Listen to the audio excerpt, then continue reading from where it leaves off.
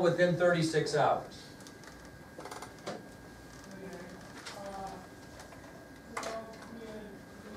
And the third bad news he got is he found out that the Soviets had deployed battlefield nuclear weapons to Cuba.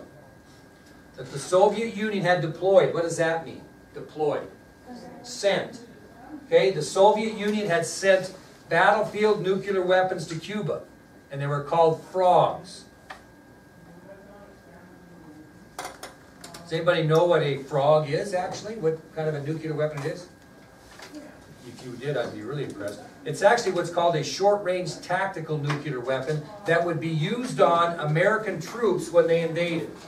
So they're anticipating these airstrikes, and they're putting these battlefield nukes on the ground in Cuba called frogs that will be used against American troops if indeed they invade. Okay? So if you get this news from Kennedy, first of all, they want to trade only for our missiles in Turkey. Second of all, they're doing a crash program to get their missile sites operational. Third, we find out through spy flights that some are already operational and all of them are going to be operational in 36 hours. And then you find out the Soviets have put nuclear battlefield weapons in Cuba to use against our American troops. Are you thinking you better airstrike and invade? It's back on the table, isn't it? It's back on the table. He met with the military, Kennedy did again, and General LeMay again pressured him and said, quote, "The longer we wait, the harder it's going to get." So the military is still pushing like crazy for airstrikes and invasion. And Kennedy, think about this, Friday night, thought he had this thing in the sack, thought we were done. And all of a sudden now, we're way back to square one again because of the actions taken by the Soviets. How many hours they got before those missiles are operational? 36. So finally, even though he doesn't want to do it, Secretary of Defense McNamara recommends to Kennedy that he issue pre-invasion orders. So military forces are prepared. So they're getting ready for airstrikes and invasion. So after the bad news continues on Saturday, Secretary of Defense McNamara says to the President, "Sir, I recommend you issue pre-invasion orders. Get our military troops ready to go." What day is this? 27th. The President, although he didn't want to very bad, agreed. He ordered General Maxwell Taylor to prepare the military for the airstrikes the morning of Monday, October 29th. They're going to war. Monday, October 29th, early in the morning. So, he takes Secretary of Defense McNamara's recommendation and he tells General Maxwell Taylor to prepare the military to execute the airstrikes followed by invasion on Monday morning, October 29th. And obviously these airstrikes on Monday would be followed with a full invasion of Cuba, and the United States of America would be at war. Okay?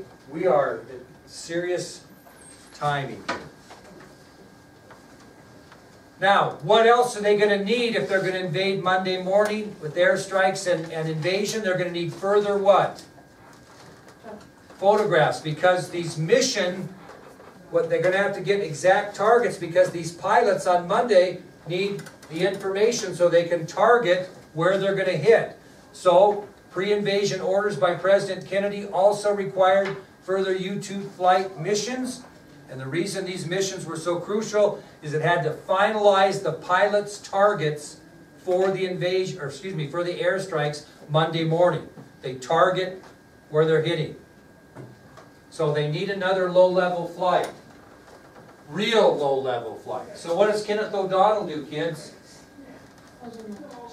He gets on the phone and he calls another pilot, because there's going to be one specific pilot that's going to do this very low-level flight to make sure they have the target packages for Monday. So the missions were crucial to finalize the pilots' target folders to carry out the strikes on Monday, and as a result, Kenneth O'Donnell got on the telephone to talk to a pilot. This time he visited with Major Rudolph Anderson. He visited with Major Rudolph Anderson. And Anderson was just about to depart from Orlando, Florida to do his low-level flight in Cuba. So O'Donnell gets on the phone and he calls Major Rudolph Anderson who was scheduled to depart shortly from Orlando, Florida. Now, I just want you to put your pencil or pen down and listen to this conversation. Here is the conversation. O'Donnell says the following. Major, my name is Kenneth O'Donnell, Special Assistant to the President. Major, a few days ago, the President ordered me to help him keep control of what's going on out there. I've been browbeating pilots and Navy guys left and right to make sure you don't get us here in Washington into trouble. But you know what? We're pretty damn good ourselves at getting into trouble, so instead of riding your ass, I'm just going to tell you what's going on here and let you figure out how to best help us out. A lot of things are going wrong today and it's making everyone nervous. The more things go wrong, people become more nervous and it will be very hard to avoid war. Anderson really wasn't sure what O'Donnell was getting at, so he asked him, what exactly do you want of me, sir? And he says, don't get shot down. O'Donnell then asked Anderson if he was a religious man. When Anderson stated that he was a religious man, O'Donnell's response was simply good. Soon after the flight took off, news was received by President Kennedy that Anderson's spy plane was shot down over Cuba, killing the pilot. So we have an issue here. He became the first and only combat fatality of the Cuban Missile Crisis. So shortly after he took off, news was received by the White House and President Kennedy that Anderson had been shot down over Cuba during this low-level flight and was killed. And Major Rudolph Anderson becomes the first and only, fortunately, combat fatality of the crisis. Now, can you imagine what the military's reaction to this is? What do they want to do? They aren't waiting until Monday. We want immediate airstrikes on the sites that fired at Anderson's plane per the rules of engagement that we talked about. So I mean the military is just beating the hell out of President Kennedy. He said, you have a responsibility, sir, to protect our pilots. We aren't waiting until Monday. We're full airstrike and invasion immediately. President Kennedy refused to buckle under that pressure because he knew what was going to happen. So how did he stall him? How did he stall him? Think a little bit. How did he stall him? What did he want before he buckled? Well, he didn't get any pictures because the plane got shot down. But what's he going to want? Confirmation that Anderson was not killed accidentally.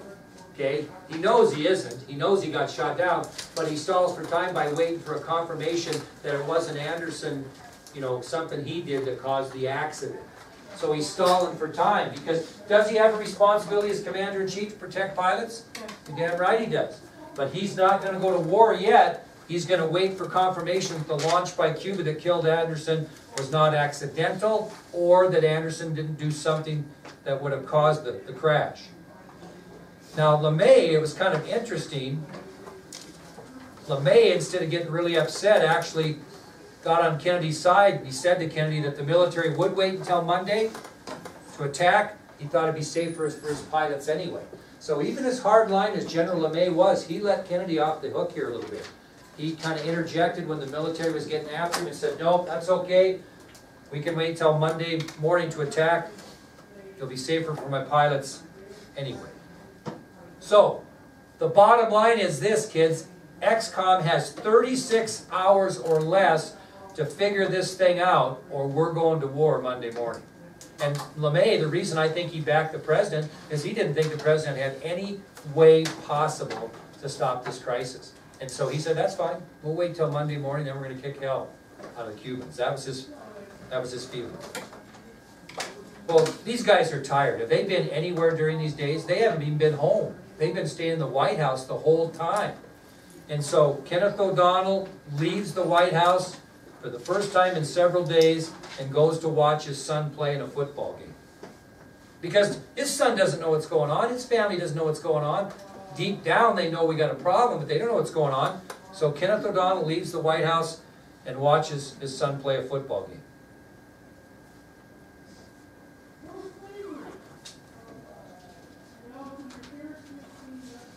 Well, during the game, and you'll see it on the video, Kenneth O'Donnell's son, whose name is also Kenneth, asked him if everything was going to be okay. And his father got so emotional, he couldn't even answer. He said, "Dad, are you coming home tonight? Is everything going to be okay?" And he got so emotional within himself, he couldn't even answer his son's question. So he told him to go back. Actually, what happened, I'll just give you a scenario. They had a break, like a halftime, and his son came over to talk to him in the football game, and he said, "Dad, everything going to be okay? You're going to come home tonight?" And Kenneth O'Donnell was so emotional about the situation of what that was going to happen that he couldn't even answer. So he told Kenny Jr. to go back to his game, and Kenny Jr. was wise enough to figure out what he needed to do, and he went back to his game. So, while O'Donnell was gone, XCOM had a meeting without him, and what do you think, with 28 hours left before invasion, they made a decision they would do? What do you think they decided they were going to do? 28 hours left before airstrikes and invasion, XCOM came up with a decision. They decided to agree to the conditions of Khrushchev's first letter, first correspondence. Have they corresponded on either one back to him yet? No. So what the decision they make is, we're going to ignore the trading our missiles for the missiles in Turkey, and we're going to respond favorably to his first offer of saying we wouldn't invade and lifting the quarantine line. So they're just going to ignore the second letter. Why would they do that? Now, if you get this right, we're going to quit on this, but why would they do that? Why would they decide, here's what we're going to do? And it was Bobby's idea. Here's what we're going to do. We're just going to ignore the second letter, and let's go ahead and respond to the first one. Khrushchev doesn't know if they got it or not. Close. They're trying to figure out what? If he's still alive. If he's still in control, okay? Because if he responds back, yeah, you see what I'm saying? And there's a reason why this happened, I can't tell you yet. But they're going to send that letter to respond favorably to his first offer to see if he is still in command. That's what they're doing. And they'll know by the reaction if he is or not. Okay, now think about this. I want you to think about one more thing here. If the Russian refused this private offer, because this letter is going only to Khrushchev, right? If the Russians refuse this private offer, it would show that the Soviet military was running the country, and there would be no question what would we be doing Monday. Airstrikes, invasion, war. So, they're going to make one last attempt to avoid this disaster, and we'll tell you how that happens tomorrow. Okay? All right. Nice job. See how quick things turned on them? Boy, I tell you, it was a tough deal.